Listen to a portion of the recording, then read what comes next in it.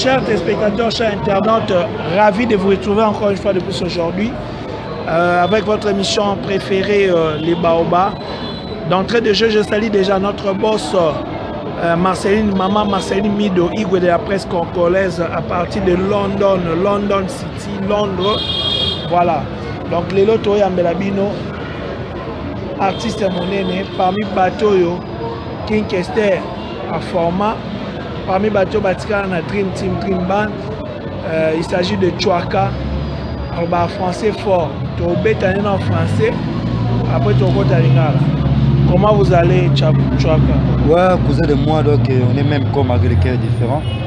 Je suis bien, donc tranquille comme vous voyez, donc je suis bien vraiment. Je suis bien. Après la mort de King Kester et Méné, comment sentez-vous? C'est vous qui êtes resté avec l'orchestre Dream Team, Dream Band? Non, normalement, après la mort de King Kester et Méné, l'orchestre encore ça a progressé. Ça a progressé grave, donc ça a progressé vraiment. Donc on est bien. Et puis qu'est-ce que ça évolue quoi? Ça évolue parce que nous croyons après la mort, on ne va pas évoluer, mais là on a évolué encore grave. Donc on a parti vraiment grave. Voilà. Vous venez de réaliser un clip là, je ne sais pas, est-ce qu'il s'agit d'un album, un single ou quoi? C'est qui passe déjà à la télé. Ouais, donc là déjà, tout ça qui met les paparons. On a filmé les paparons pour les gens, ça soit un peu maîtrise pour attendre un d'entraînement. Alors on donnait un peu une skit. Donc là c'est une skit, mais c'est le paparons pour indiquer. Même si c'est une skit, mais c'est une indication. Parce qu'il y en a beaucoup de gens qui donnent à droite, ils parlent à gauche, qui donnent à gauche, ils parlent à droite. Alors on dit que les gens qui sont comme ça, il ne faut pas le faire ça. Quand ils donnent à gauche, il faut pas à la droite, ils connaissent ça. Il ne faut pas à la droite, ils connaissent ça. Donc c'est comme ça quoi. Comprenez que tu as la musique en français, donc voilà, il y a animé, bino, tu as dit bien émission. Voilà, on dit les albums, tu as Nzembo, Moko Kabosali, Fanfaron. Ouais, mais Fanfaron, les a Moko. Après Fanfaron, les matchs d'entraînement, tous les clips, il y a Avocat du Diable, clip à Médecins sans frontières, donc c'est ça. Match d'entraînement, on va réaliser, on sort en le match d'entraînement déjà, donc déjà aussi ça, tu seras là pour commencer un clip, c'est un peu de temps, mais je pense que ça va. Et ben à Poto, Paris, et mon épouse, ma femme, mon épouse Dado Fly, et même corps de moi. Donc base de la match d'entraînement quoi. Ça va mettre match d'entraînement, et puis après moi d'entraînement, on a vu ça déjà dans un clip à Dado Fly parce qu'on a aimé Dado Fly. Donc après moi d'entraînement, on a un clip à Dado Fly.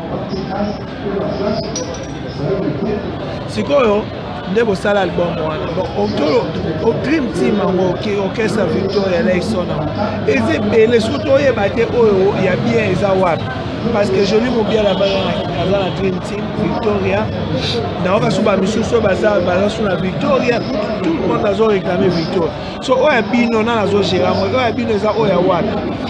Non, biso eza o mona film koza Maman Florence la petite sœur Faza Jean Mayele Marcel Mutambai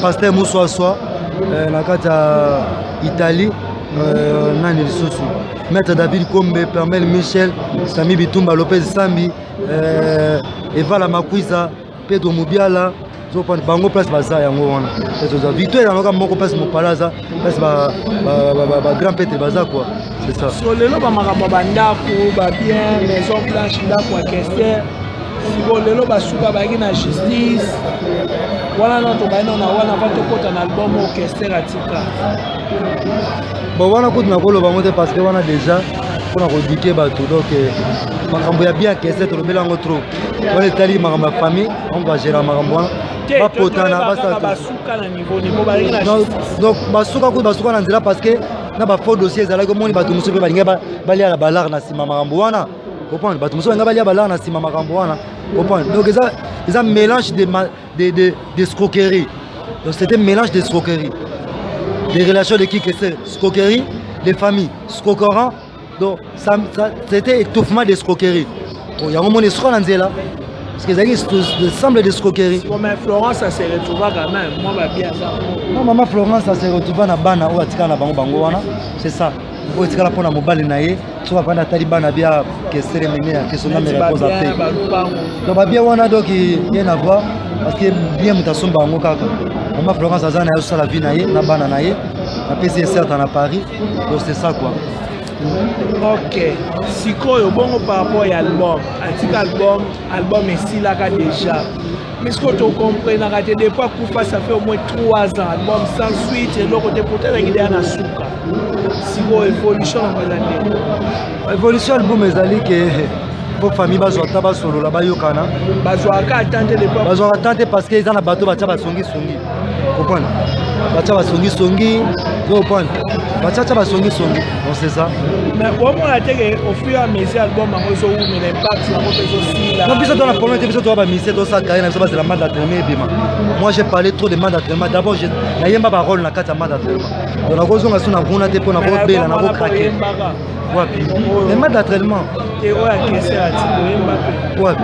Album o ezo munuka o etikala o ebimajana o Yemba. Mais 10 Smith. Mais il y a un on a 10 Smith on a le comme 10 Smith on va on a yema na sala ba rôle et bimate na bela mutu on a lingaso l'obélation yango te na pema na.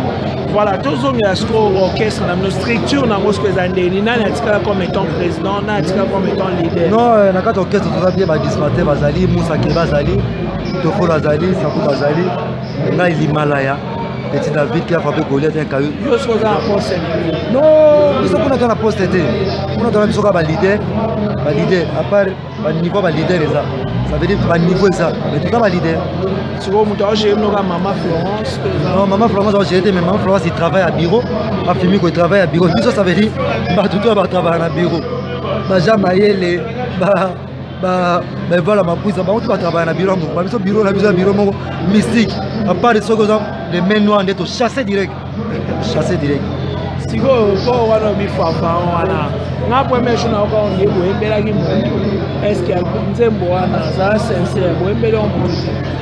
les mototaires, ils ont conseil, mais c'est les fanfarons. Au moins, on a un peu de boki. Si on a un peu de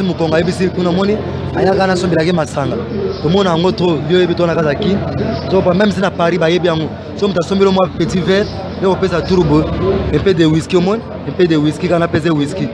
Dans Paris, on peut aller à pain au lait. Donc, ils ont pour le éduquer bateau. Si on salé les motos du cambo, on a rappelé les motos. C'est rien à voir. Mais c'est les favoris qui pètent, même si tu causes un ayo. Si on a un caractère, on a tikango. Qui a un salabo, on a un salabo. On va misouper dans bon. Tika yango, ceux qui pètent. Yo lo belignon sozoa kester bamba boko na balime pour tu vas comprendre que vous avez vraiment descendu à King Kester Mené. Moi vocal, on va pas sentir. Moi vocal les gars. Moi vocal petit David a parlé là. L'Himalaya parle là. On va voir yemba oyo. Ah ngai.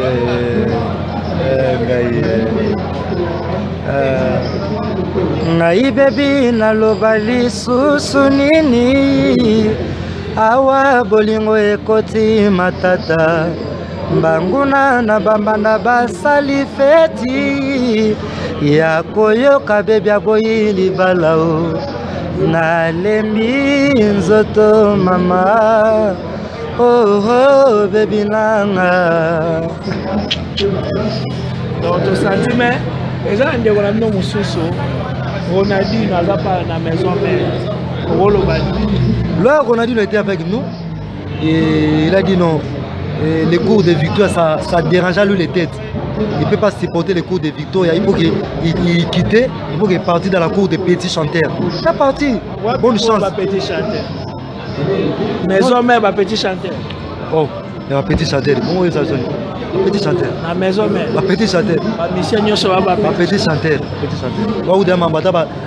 Même si tu as venu avec les armes, vous êtes les petits chanteurs. Là, on a petit chanteur.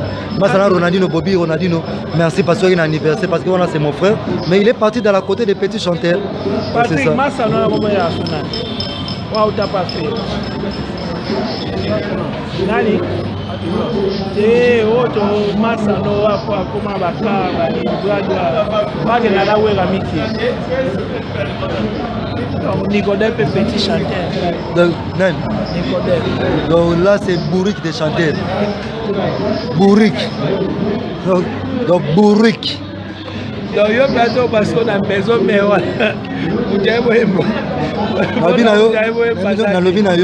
ce sont les assemblées. Donc voilà que tu dois bourrer. Et puis, on a regretté. Parce que ma vie, on a un épi, neti, et puis on a choni, pour on a fait un biseau. Ma père a dit qu'il va se la biseau. La biseau d'arrière. On a regretté parce que fait on a encore requitté mais la terre. Bon, peut-être un peu pour un fétiche. Pour les fétiches, peut-être c'est bien pour un orchestre, c'est ça. Mais pour un chant, vraiment, c'est l'association des bourris qui t'a chanté. Donc, la bourri qui n'a pas bourri qui va chanter. Parce que l'épisode eloko nini ovandi kuna boye oh eloko nini ovandi kuna boye papa eloko nini ovandi kuna boye kastiko kala noki ozonga nokinga na kufa nakozela yo yoko sila bon moi ngala oregete ka po ba buruki na ba buruki yango moni sikoyo yango moni ba okesa ngoto comme ba buruki l'association des bourris de chanter yango moni ba ka sa car aux anacar les chant et chanter eza que l'association des bourris de chanter au somi bakar dans le car des bourris de chanter no bon no Tolo basko betuaka seno yo donc c'est la format no makazo basko kota ba chaque formé ba mise que c'est à l'équipe orchestre côté ba ko former ba mise na kunga d'abord si tu es vraiment chanteur de Kester de Victoria de King ça veut dire tu es grand chanteur après c'est l'étape on est ba niveau ba grand chanteur ça différent pourquoi oyebi ko yemba en Victoria mais peut-être dans un niveau mon palade. Ça veut dire, après si on a CP Ronaldinho qui est peut-être à Coco pèse à moi chance et à leçon et à chant.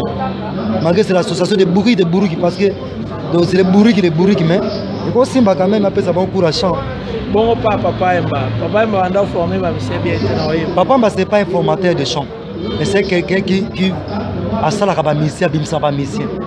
Mais quand tu as formé des non papa Mba il connaît pas former les musiciens, il connaît faire les musiciens. Connaît fait le musicien. Papa présent ouais la son formateur, la mission bien former la mission. A former nani? Ba tutu wa bibi. A former nani? Héritier, ba Ferré, Azé Benet, ba Olivier. Est-ce que vous avez âge à la musicien? Âge à la musicien, vous avez âge à JDT. Âge à JDT. Est-ce que vous avez âge à faire? Est-ce que vous avez Serge Mabiala? À l'époque, Serge Mabiala, moi, je suis Delivo. Les Bawenge, ça, c'est Serge Mabiala, grand chanteur. Donc, tout ce que je vais former, viens à Zana Petit, après ça, Petit Nengengi, à Sala Petit. Pour Sala Petit, c'est l'autre chose. Mais pour l'accès à Petit chant, là, c'est rien à voir. Rien à voir, quoi.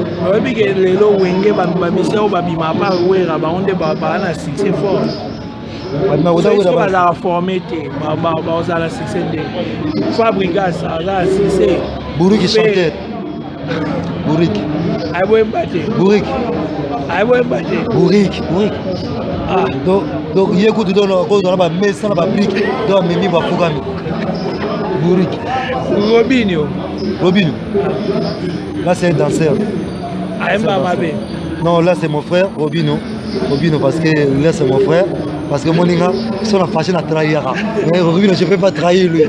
Robinho, je ne peux pas trahir vous parce que toi, tu es mon frère. Je ne peux pas trahir. Donc, c'est héritier. Héritier, bon. Là, c'est la voix féminine. Hein, la voix féminine. Je dis là, c'est la voix féminine. Et l'accini. La voix féminine, c'est la voix qui chante, qui va coûter bien, quoi. Qui va coûter bien. Comprenez que l'émission est la musique. Doya Machuaka, Doya Bissi. Côté bien l'accini. Côté bien l'accini. Non, on a le dire que là, c'est la voix féminine. Ça veut dire, mon histoire qui est maman, le longana kalisi yoye. Okilotikela ngase yoye. Masengi yonde omona. Oh, maman. Donc c'est les voix féminines. Mais comme nous sommes grand pêtre, non, les voix féminines, c'est pas les voix de chantera. C'est pas les voix de chantera. Quand on dit, quand on dit petit descendant de Baganogi, l'épisode de Ramadogi, l'épisode de Ramadogi, l'Européen Ramadogi. Non, non, ça blaguité. Ça veut blaguité. Ça veut dire.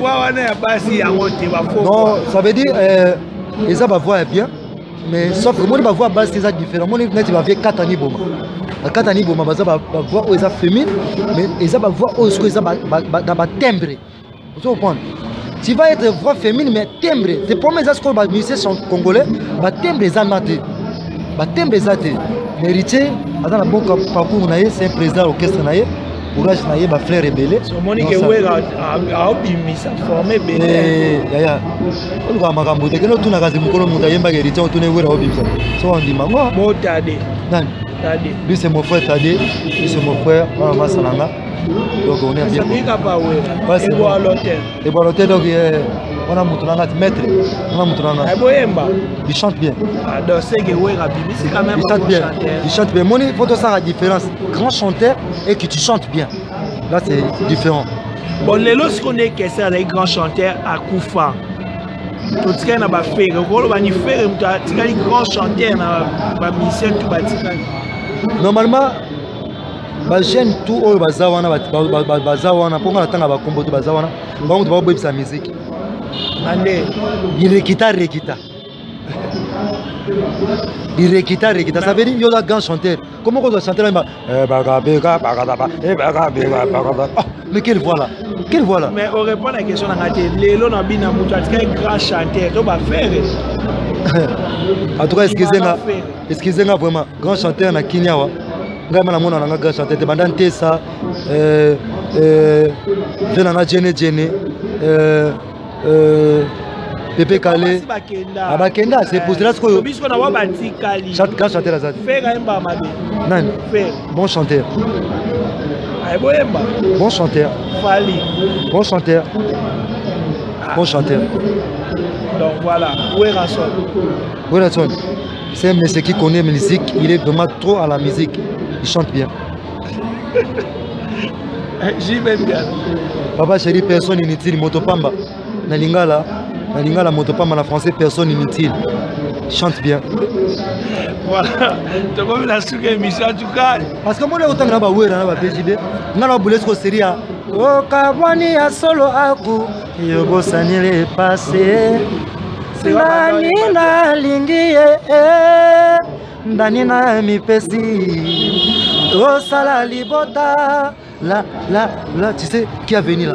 Qui a venu? Tout beaucoup le bono. Et ça là. Blaise de boula c'est les bouts. Nani na linga na tina ya mwena na nga bolingo. Awa yoko kende mulili na motema solo bolingo. Ezana ngo yo. Là c'est Werrason. Là Werrason des ancêtres. C'est pas Werrason d'aujourd'hui. C'est quoi Emba Subia? Non papa ngala lo ba wenge akala. Ngaso atanga vena ntone otanga vetone ya seri wana. Atanga vetone la bino ya ba burikite. Pardon. Wakala musique. Ngaso natanga otanga vena ngamukulu o ngala yebi wana. Otanga vena ngamukulu ya nini ya lelo te otanga vena ngamukulu ya lelo te. Pourquoi? C'est normal. C'est moi. Si on a fait un gâteau, parce que na yebi fait un gâteau. Ataba finginga, ataba tonginga, si desi ye kolanda kate. Vous comprenez temple? Ataba finginga, ata. Donc ça dit vetone panza. Donc ça veut dire Werrason ya mukolo via panza. Ataba finginga, ataba tonginga. Si desi kolanda kate. Vous sentez chanter. Le chanter ça veut dire via Zoya. Mais c'est on a bon dire Zoya mais oui, c'est normal. Il était besoin d'étudier les cours. Après quand il a pris de l'argent, il n'a pas besoin d'étudier les cours. On dit à côté là-bas. Non, il n'a pas besoin d'étudier les cours. Donc il fallait continuer les cours. Voilà, tout comme la suite de l'émission Abisso. En tout cas, je salue Champagne bien en France, je salue Francis Kamanganda en Portugal, je salue Lina Mayombo, la bieuse internationale à Londres, je salue Mimi Mouya en France, je salue Charlie Kunga na kati ya France na batutu bolingaka Eric Dibuka. Voilà. Na biso za pesa na contact et pour pesa bambote. Pongai contact nanga ezali ke plus 243 89 71 44 813 plus 243 89 71 44 813. On a le numéro à Mopalanki. Napesi ma femme, mon épouse, date de frère la tête, tout le petit David. Moi, c'est nanga mon pépé, nanga mon thème, nanga. Là, c'est nanga la maka. Pesi est certain. Naïbi que à un moment ça kimia à Paris, parce que fallait appeler ma kimia parce que trop de coiffer les cheveux, de couper les cheveux, donc il faut qu'il soit un peu, il souffle quand même quoi. Et puis maman de Timo qui est bonzo. Ya papa il faut se retrouver jamais les CV bitunda et puis merci na ba vie na ngai tout ya wenge vie na nga mukulu pona ba papa chéri na linga la personne utile vas-y vie na nga na ba courage au courage à petit na yo merci na vie na nga tchone ndenge quand même ozo bunda vie parce que moni ba tebele ba kata ni miyozo cha esprit ozo bagarrer c'est comme ça et puis merci na ba massa na nga tout ba jeune tout bazo beta musique na ba bien parce que la musique comme ça mais to boss na la raté que non toujours à la simalisation. C'est pour ça que la musique n'a pas évolué. Là, je parle l'Himalaya. Dans la réalité, parce qu'il y a des chants et des chants. Donc, il y a des gens qui ont des certes. Merci de conseil. Merci de beaucoup courage. Et puis, on est là quoi. Chaque mercredi dans la crèche, tous en habitué les sons d'Imtimban. PDG Marseille Moutamba, il a PC certes.